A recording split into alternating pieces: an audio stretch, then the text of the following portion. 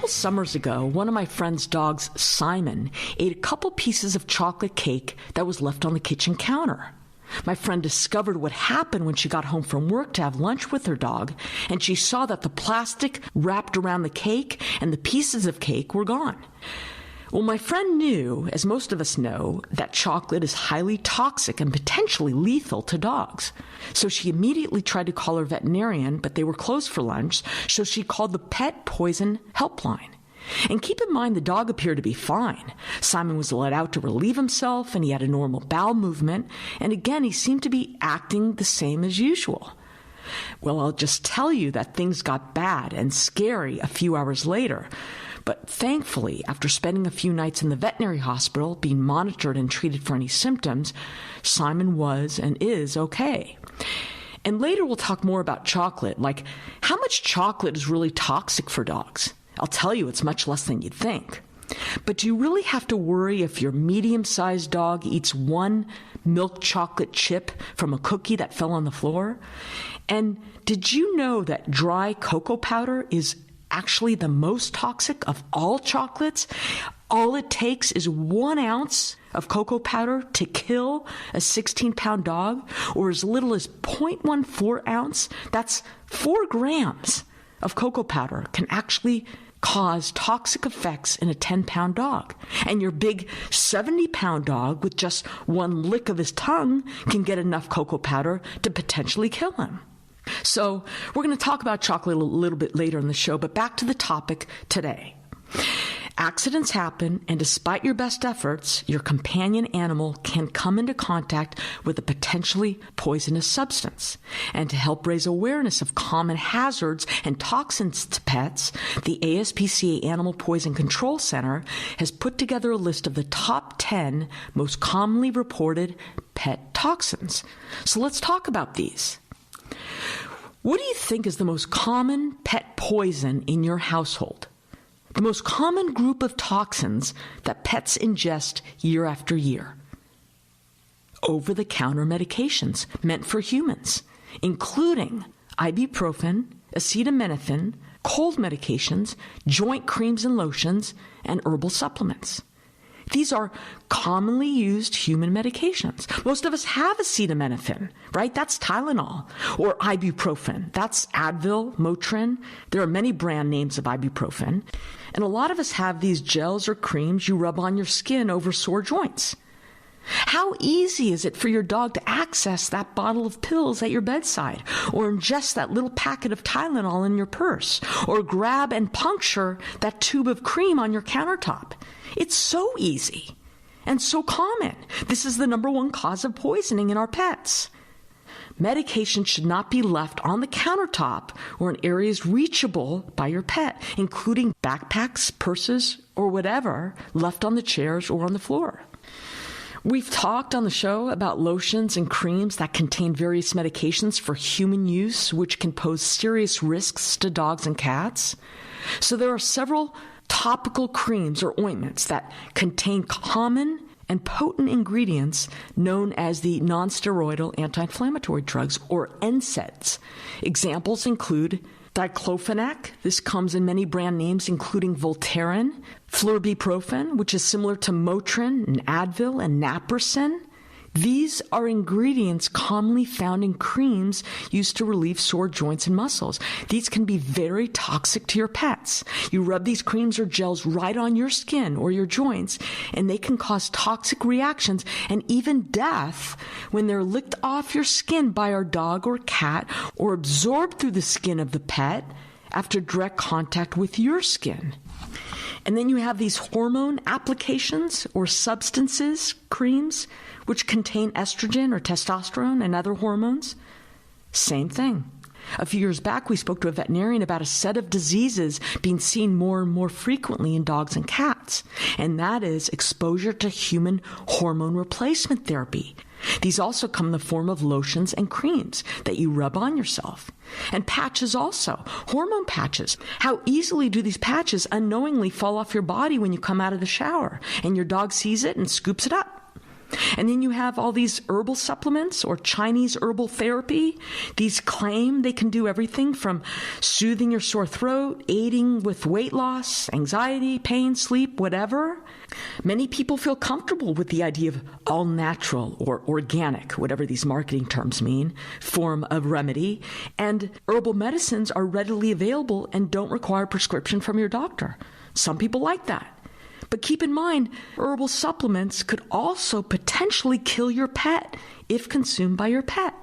Alpha-lipoic acid, ALA, often sold as an herbal supplement, also is an antioxidant, can cause low blood sugar and liver damage and potentially lethal in dogs and cats.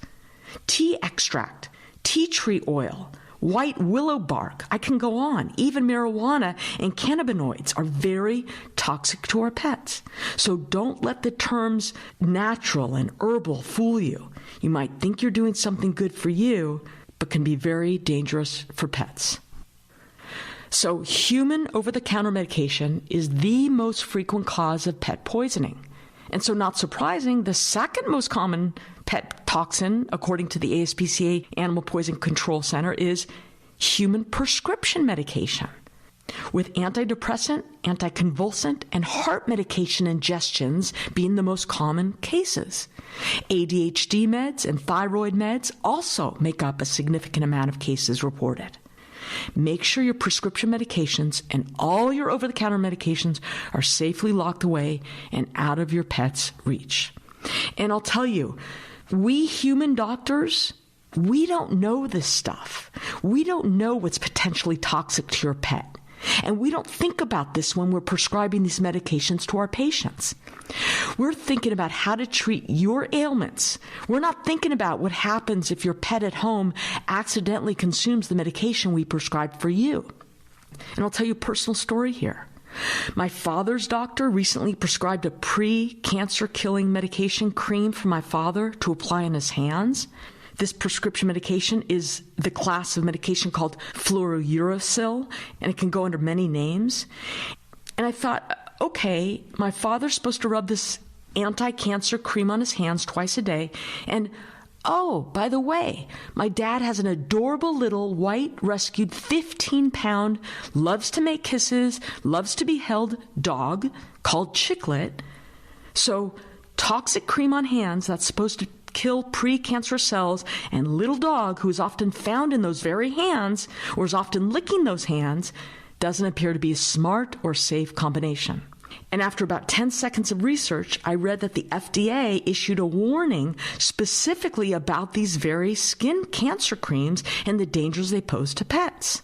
So I communicated this with my dad's physician and said, hey, I noticed you suggested my father use the fluorouracil cream on his hands. You might not be aware of this, but the FDA recently issued several warnings to pet owners that skin cancer creams like Euphodex and fluorouracil are highly toxic to pets. And I explained to him that apparently over the past couple of years, there have been dozens of dogs and cats and other small animals who have died or have become extremely ill after licking the skin of someone who has used this class of medication. And in other cases, a pet owner may apply cream on his skin and then handle his pet. The dog then groomed his fur, ingesting the medication, and becomes sick or dies. And I told my dad's doctor about Chiclet, who is often handled by my dad. And my father's doctor said he was not aware of the risk of fluorouracil and these other applications to dogs and pets, and he appreciated me letting him know. So just be mindful that keeping your pet safe is not on your doctor's mind when they prescribe a medication to you. And in this particular case, when we're dealing with a very strong anti-cancer cream, it might seem obvious to you and me this could be risky for our pets, but other medications and supplements and applications might not be so obvious. So just assume every medication that's meant for you will harm or kill our pet if he consumes it. Number 3 on the list of most common pet toxins or poisons, food. Xylitol. How many times have you heard me talk about xylitol being toxic to our pets? We talked about foods that may contain xylitol. It's present in many foods, and you don't know unless you look at the ingredients. Your peanut butter might have xylitol. Did you know that? Your pudding snacks Ice cream might contain xylitol. How would you feel, oh my God, if you give your dog a tiny bit of ice cream because you know he just enjoys it so much and you find out it contains xylitol? Sugar-free cake mixes, sugar-free candy and mints often contain xylitol. Chewing gum, human toothpaste and mouthwash commonly contain xylitol. It's great to get into the habit of brushing your dog's teeth, but never use human toothpaste. So xylitol is a big one. Did you know grapes, raisins, onions, garlic are also toxic to pets? They also have on the list protein bars and snack bars as a very common food toxin to pets. I don't know what's in protein bars that make them toxic. Oh, maybe because of xylitol. Xylitol in many protein bars. Oh, also chocolate or cocoa in the protein bars. And we're going to get to chocolate after the break. But look in the ingredients before deciding to give your pet a taste of certain human foods. Grapes, raisins, onions, garlic, very dangerous for pets. Onion and garlic powder are often added to a lot of foods to make them taste better. So look at the ingredients. Here's a good example. Cats usually love the taste of meat-based baby food, and cat owners might find out that many times baby food will be the only thing your cat will eat when he's sick. Many of the baby foods come with seasonings like onion powder and garlic powder. I read that an onion powder can become toxic to a cat if more than 1 gram per 5 pounds of body weight is ingested. That's such a small amount of onion powder. If you ever weighed out 1 gram of anything like sugar or flour, you'll see it's an incredibly small amount. So you want to make sure the baby food you're buying is just water and chicken or water and the meat. When one of our cats, 21-year-old Margarita, was nearing the end of her beautiful life and fighting with health issues, she stopped eating her kibble or any wet food, but she would eat a teaspoon of baby food and just loved it. We're talking about the 10 most commonly reported pet toxins. Number 1 is over-the-counter human medication, including ibuprofen, acetaminophen, joint creams and lotions, and herbal supplements. Number 2 on the list, human prescription medications, including heart meds, ADHD meds, thyroid, and antidepressant medications. Anna Brutlag is Director of Veterinary Services and Senior Veterinary Toxicologist for the Pet Poison Helpline, said last year that about 40% of their calls are from owners whose pets get into medications intended for human use. She said someone accidentally drops a pill on the floor and the dog gets it, or someone leaves a pill left on the counter and the cat tongues them up. She says sometimes it's double play. The cat bats them off the counter and then the dog eats them off the floor. But more commonly, a dog will simply chew open a bottle of pills, be it aspirin, blood pressure medication, and so on, and wolf down the contents. Keep all medications in cabinets or drawers. They shouldn't be left on the countertop or in areas reachable by your pet, including backpacks or purses left on the chairs or on the floor. Next common pet toxin we talked about is food. We talked about xylitol, grapes, raisins, onions, or onion and garlic powder. Chocolate. Let's talk about chocolate. According to the list, about 1 out of 10 calls into the Animal Poison Control Center involves chocolate. And they say here that's about 67 cases per day. So just know that chocolate is pretty toxic for our pets. And how toxic it is to your pet depends on the type of chocolate, the amount of chocolate consumed, and the weight of your pet. Why is chocolate so toxic to our dogs? Chocolate is toxic because it contains a chemical called theobromine, as well as caffeine. Humans easily metabolize theobromine, but dogs have a hard time metabolizing it as well as the caffeine, so it builds up to toxic levels in their systems. Now, different chocolate types have different theobromine levels. Cocoa, cooking chocolate, and dark chocolate contain the highest levels of theobromine, while milk chocolate and white chocolate have the lowest levels. But the darker and more bitter the chocolate, the more dangerous it is to the dogs.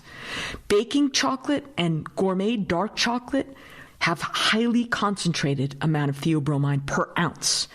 Just to give you an idea, I read that less than 1 ounce of dark chocolate may be enough to poison a 44-pound dog. So let's say a medium-sized dog weighing 50 pounds would only need to eat 1 ounce of baker's chocolate or 9 ounces of milk chocolate to potentially show signs of poisoning. Now, for many dogs, eating that 1 milk chocolate chip that fell on the floor while you were making cookies is probably not harmful. Symptoms of chocolate poisoning may include diarrhea, vomiting, muscle tremors, seizures, irregular heartbeat, internal bleeding, or a heart attack. The onset of theobromine poisoning is usually marked by severe hyperactivity, but fatalities have been seen at around 200 milligrams per kilogram. And again, like I said, depending on the type of chocolate, it doesn't take a lot of chocolate to kill your pet. If your dog ingests chocolate, call your veterinarian or the Pet Poison Helpline or the ASPCA Animal Poison Control Center immediately. You should look up those numbers and put them in your phone now. Pet Poison Helpline, ASPCA's Animal Poison Control Center, and they'll help you figure it out if a poisonous amount of chocolate was ingested. If a toxic amount is ingested, you should have your dog examined by a veterinarian immediately. The sooner the theobromine is removed from the body and the dog is stabilized, the better your dog's prognosis. Number 5 on the list of pet poisons is plants. Now, this is interesting. Plants, both indoor and outdoor plants, moved up 3 spots on the list of top 10 pet toxins in 2020, with the Animal Poison Control Center seeing 9,000 more plant-related calls compared to the previous year. They say that at the start of the pandemic, more people found themselves decorating with plants or sending bouquets to friends and family. So, know which are the plants that might pose a serious threat to pets, dogs, cats, and horses too. Common toxic plants include sago palms, lilies, azaleas, tulips, oleander, marijuana. The most common severe cases involved cats and lily exposures. But there are a lot of plants out there that are potentially toxic to our pets. Let me say a few words about marijuana. We're seeing more and more states legalizing marijuana, and with this crazy pandemic, more people turning to substance use. So you can see why there's an increase in marijuana pet poisoning ingestion cases. THC, the most potent psychoactive cannabinoid in marijuana, can be absorbed orally, but also through inhalation, same way as humans get high. Bring your pet to a hospital if you think your pet has inhaled or ingested a substance containing marijuana. Next pet poison on the list, veterinary products like chewable pet medications. These are made to be tasty so our pets will take the prescribed medication. But if allowed, your dog might eat more than prescribed and even the entire container. Make sure to treat these products like prescription medications and keep them away from your pets. The last 4 pet toxins on the list of top 10 pet poisons include household items such as cleaning products and paint, rodenticides, insecticides, and gardening products, including fertilizer. So when we come back after the break, I want to talk a little bit about rodenticides and insecticides. But just know that cleaning products, paint, adhesives, spackle, these household items make up about 7% of the Animal Poison Control Center's cases. And garden and lawn products, also on the list of the top 10 poisons. Many pets find fertilizers, especially organic products, irresistible. Keep your pets away from the herbicides and soil enhancements. Oh, this is so interesting. Real quick before we take a break, the ASPCA Animal Poison Control Center saw a 13% increase in case volume in 2020 as adoption and foster rates increased and pet owners spent more time at home due to the pandemic. So ASPCA reports that because of the pandemic and pet owners were spending a significant amount of time at home in 2020 and people were taking up new hobbies such as baking and gardening, and thus pets had more access to potentially toxic items such as chocolate, yeast dough, and indoor and outdoor plants. So there was an 11% increase in cases involving chocolate, a 51% increase in cases involving yeast dough, and a 40% increase in cases involving plants in 2020 compared to the prior year. Additionally, ASPCA reports adoption and foster rates were positively impacted by the pandemic, with more people adding pets to their household, contributing to an overall increase in cases in 2020. That's really significant. Okay, don't go away. I'm going to tell you a little story about our Susie Q, we called her, who got into a bait station filled with a deadly pesticide, and what you need to know to keep your pet safe from pesticides and insecticides. One of the top 10 pet poisons reported by the ASPCA Pet Poison Control Center is rodenticide exposure. Depending on the type, mouse and rat baits can cause bleeding, kidney failure, seizures, or even death to your dog or cat. Obviously, you want to keep mouse and rat poisons well out of reach of pets, and some of the poisons come with a plastic bait station. Do you know what a bait station is? A bait station's not a trap. It's a device that holds bait, which is poison, and the purpose is that it's supposed to provide easy access for the rat or rodent or squirrel or whatever you're trying to poison, but protect children and pets from accessing the bait. But pets, especially dogs, can easily chew through the bait station and get to the poison. I'm going to tell you a little story of our experience with pesticide exposure with one of our dogs, Susie. Our beloved wild girl, Susie, got into a bait station out on one of our walks, and this bait station was set out by the city to prevent squirrels from damaging a nearby levee. These particular bait stations were made of PVC piping, and they were T-shaped. Have you ever seen these? It's actually a reverse T-shape. So picture this. You have the center vertical pipe sticking up into the air. That's where you insert the poison, which is supposed to fall to the bottom, where it's connected to the center of the horizontal pipe line on the ground, which opens at both ends. So the rodent has 2 points of entry and exit. And you don't expect to find dead rodents in these bait stations, because the way it works is the animal enters the station, eats some bait, leaves the station, and usually goes back to its nest or out somewhere else where it dies a day or two later. And it's a horrible death for the animal, I should add. Don't think for a second this is a painless way for an animal to die. Now, this particular poison that Susie got into, we found out, consisted of oats, like breakfast oats, saturated with a cobalt blue substance. And Susie shoved her snout into the dispenser before we knew what happened and what it was. Not sure how much she consumed, but she definitely got a few licks in. Anyway, you know you got to act quickly if you think your pet just ingested poison. You can't wait for symptoms before you act. So we rushed Susie to our vet. We were at the vet's office within 20 minutes of this event. And the vet immediately induced vomiting and placed Susie on a month of vitamin K therapy. And luckily, she was fine. This particular poison was an anticoagulant rodenticide, which prevents the animal to clot his own blood, which eventually leads to internal bleeding. And like I said, it's a horrible way to die. So what vitamin K does, it's supposed to reverse the anticoagulant effect of the poison. So Susie was fine, but imagine if we didn't see this happen, and imagine what these poisons do to our wildlife. We have coyotes all around us here where we live. We see them all the time in this area, so I'm positive coyotes access this poison in the same way our Susie did. A couple of years ago, we had an environmental health legal director, Jonathan Evans, on the show. He works with Center for Biological Diversity to protect imperiled wildlife from the threats of environmental contamination and reduce the toxic threats of pesticides. He spoke to us about the different types of rodenticides used and how to safely and humanely deal with rodent problems in your home.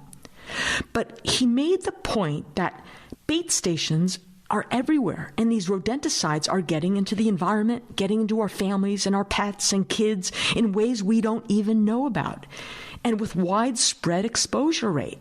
And these pesticides, poisons, are really ubiquitous, even if you're not using them yourself around or in your own home. There are bait products around restaurants and grocery stores and outdoor areas like parks and near and around levees. And going back to my point about directly harming our wildlife, so the way it usually works, the rodents first get to the poisons, okay? And these guys are preyed upon by the upper level predators, foxes, coyotes, eagles, hawks, bobcats. And these animals will ingest the toxins when they capture and eat the poison rodents. And then these animals get very sick and experience a painful, slow death. So you can see how it becomes very widespread in the food chain. And people don't think about that. They don't think about the widespread impact it has on our wildlife because people usually just want to get rid of the pests and rodents around them. But remember, it's particularly harmful to our wildlife, the very animals and species whose job it is to keep the rodent population down. Our dogs and cats are getting into these pesticides. And as I mentioned at the top of the segment, rodenticides are in the top 10 toxins that harm our pets. So if you think your cat or dog has been exposed to a rodenticide, you should seek treatment with your veterinarian immediately or call the Pet Poison Helpline or the Animal Poison Control Center. Put these numbers in your phone. Pet Poison Helpline or the ASPCA Animal Poison Control Center. Also on the show, we've talked about the risks that pesticides pose to our dogs and cats with veterinarian Robert Reed and what precautions you should take when your home or surroundings is treated to address pest problems. You could check that interview out or the one with Jonathan Evans if you want to learn more about pesticides and wildlife by going to our podcast, animalstodayradio.com, and there's a search box on the top right upper corner and type in pesticides. And you can access both of these interviews on animalstodayradio.com. You know, we live in a suburban house in the desert and started noticing mouse or rat droppings in our garage. So we elected to get a few of those no-kill traps. They're humane, no poison, no kill, no crushing, no harming the animal. And we used peanut butter as bait. And it works. Rat goes in, little cage door closes, and you check several hours later. Peter actually caught a few rodents in about 2 weeks. Each one he humanely released, of course, just far enough away in a rodent safe and happy place. And it's been over a year since that happened, and we haven't seen any more signs of rodents so far. And of course, we're very happy we can do this without the traps which can injure or kill the rodent, and without using or having poisons around the house. And finally, one of the 10 most common pet toxins, insecticide exposure. Insecticides are designed to kill insects, and they are used everywhere, your home, gardens, parks, and you know how easy it would be for your dog to inhale or ingest insecticide debris left on some grass or on a treated plant. Do you have a pest control service that comes to your home or your apartment to spray? Or maybe your HOA schedules that and they spray common areas in your community? The exterminator might tell you that what they use is harmless to pets. Don't believe them. Pets poisoned from insecticides are on this top 10 pet poison list. So you know pets are getting into these insecticides, or the insecticides are getting on the dog's paws or bodies, and perhaps they're grooming themselves in many ways to be poisoned. One resource is offering good advice. Never apply outdoor insecticides while your pet, any toys, or feeding bowls are on the lawn. Avoid pellet pesticides that can be mistaken for food. Don't mix insecticides with organic fertilizer. Most dogs like the taste of organic fertilizers. When storing insecticides, make sure they are out of reach and locked up so that children and animals cannot access them. And then there are these spot-on flea and tick treatments meant for your dog. Is that safe? A friend of mine's dog died from a flea and tick product application. So personally, I would never use one on my dog. There's so many non-toxic ways to treat your pet from ticks and fleas. Or I would just ask your trusted veterinarian what he recommends if the time comes you feel your dog needs flea treatment. And by the way, there's a nasty chemical called permethrin, which is often used in these flea and tick treatments for dogs. Cats are highly susceptible to permethrin poisoning, even through skin contact. So if you have a cat and a dog in the same household, definitely look for safer alternatives for your home. So permethrin, remember that name, highly toxic to cats. Permethrin is found in some dog flea and tick treatments, some dog shampoos, fly sprays, and ant powder.